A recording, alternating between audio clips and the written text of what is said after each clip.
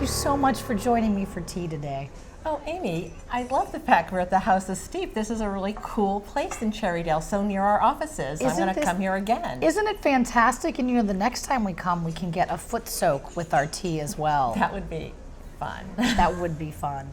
But why I wanted to invite you today is I understand after 10 years at the Children's Food and Beverage Advertising Initiative, you are moving on to your next chapter. Yes, I thought that with 10 years under my belt that this is a great time to pass the baton and have someone else lead this program for the next 10 years or longer. Well, this has been, the CFBAI is an amazing program.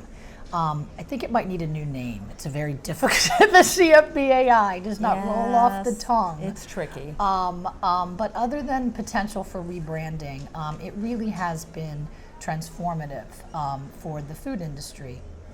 And I'd love to hear your thoughts, kind of looking back on what you're most proud of during your decade there.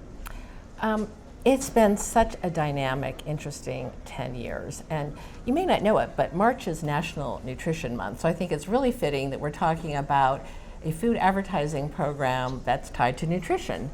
And that's been what this program has been about. We have our KRU colleagues who talk about, how you advertise foods and other products to children. And here we're focused exclusively on what foods are advertised to kids. And the program has grown so much in the last 10 years, and I'm so proud of everything our participants have accomplished, from Kellogg's and General Mills and Campbell's and Dannon, all the different things they have done to change the recipes of their foods to make them even better for children. But we've grown in other ways too. When we started in 2006, we only had 10 charter participants, and that was a good solid number to begin with. And now we've grown to 18, so we've nearly doubled in size, which I think is enviable growth for any program. And it's not just the raw number, it's the significance of that number. With our participants, we're representing the vast majority of food ads that children will see on the children's networks, and that's a good thing. So, because we have great coverage, and that makes us even more impactful. Some other things I think are really noteworthy over the last 10 years is that we've expanded our program.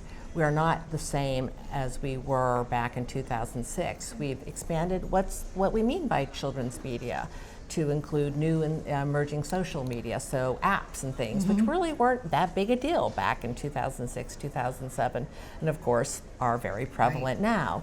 And we've done other things as well. One of the most important things we did was to adopt uniform nutrition criteria. So now that Kellogg's and General Mills and Post and Quaker cereals, they all follow the same criteria. They used to have similar ones, but slightly different. Now everybody's using the same criteria. And that's made a big difference. It's improved the nutritional quality of foods that are advertised to kids a whole lot.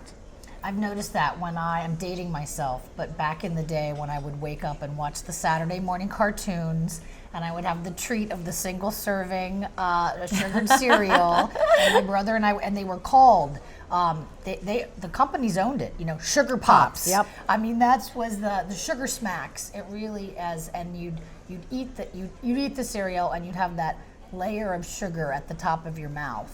It really has, the recipe changes really have been transformative. Oh, exactly. Well, the other thing that's changed, that Saturday morning is not the prime time for kids watching children's programs anymore. They watch cable all week long, and Saturday is no longer the dominant field that it used to be. That might not be such a good development. Maybe you can work on that in your next life for my children's sake. But tell me about, so what you're leaving soon. Where is the program today? Where are we right now? So we're in a great place right now. Last year, the participants worked on a strategic plan with me, so we have a roadmap for them and for my successor to follow. And we've made some great strides last year. We decided to do some things differently. And I think that's so important as a self-regulation program to keep growing. And one of the things we're going to be doing this year is involving civil society more in discussions about what our program should look like. And that's going to happen in a couple of different ways. One, we've decided to have an external advisory group. So a group of advisors in both media and nutrition who can give confidential advice to our participants about where they should be going. And we hope to stand that up before I go, but it may not happen until my successor comes on board. And consistent with that, we've also decided to seek external feedback on our nutrition criteria. When we published those criteria in 2011, which was a big deal back then, we promised that we would review them when there were significant nutritional events, such as the 2015 dietary guidelines. Those were published in January of this year. Right.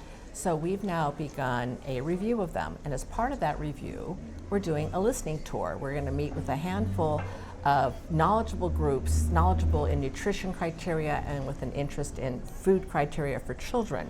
And then we're going to follow that up with a roundtable.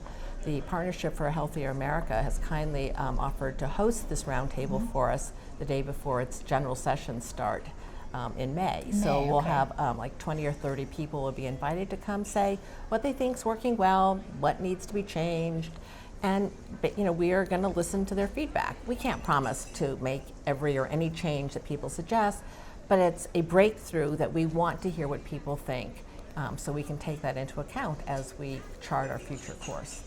Now, I know you are a woman with thoughts and opinions and are a very strategic thinker. I don't think you need a big external advisory board. I'm sure you have your own thoughts about where the CFBAI should go or maybe need to go after your tenure.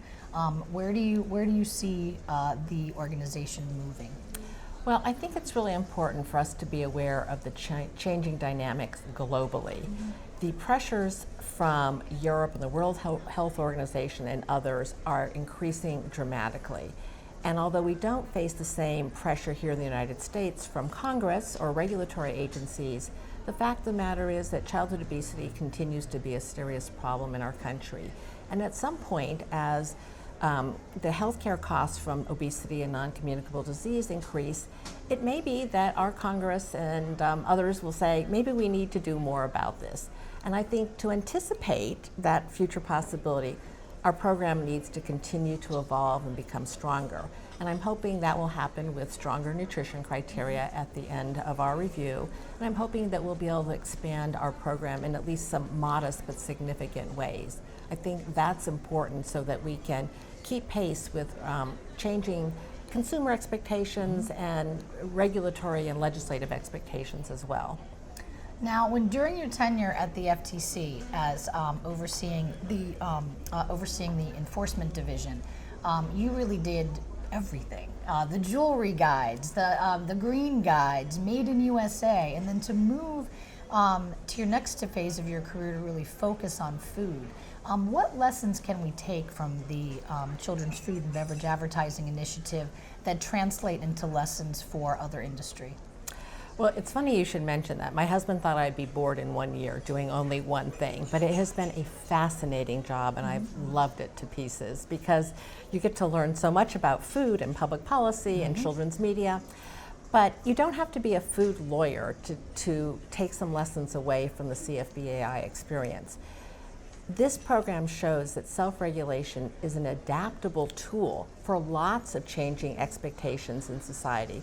So companies or lawyers like yourself who have clients that may have similar problems outside the food arena could think about, are there best practices that a company could adopt?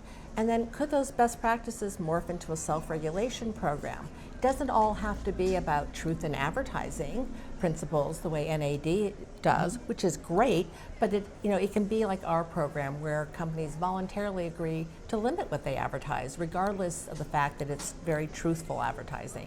And I think that's an important lesson for all advertising lawyers, is that think about self-regulation and best practices as a way of addressing common problems that your clients may face. So I know you're going to want to go out with a bang. Is there any initiative that you're going to try to sneak in at the 11th hour here before you go? What's going to be one of your swan songs? So one of the really exciting things that we're doing is that we're launching a new custom CFBA-like program this month. And it's for the confectionery industry, the candy industry. For small and medium-sized candy companies, we are going to have a program where the same principles apply. They will agree not to advertise their foods directly to children, but they'll have fewer administrative requirements. So we have 6 companies that will be our inaugural participants, joining the 6 major candy companies that are already a part of our regular CFBAI.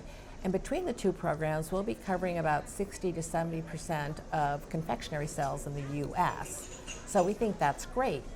Thank you so much. Thanks, Amy.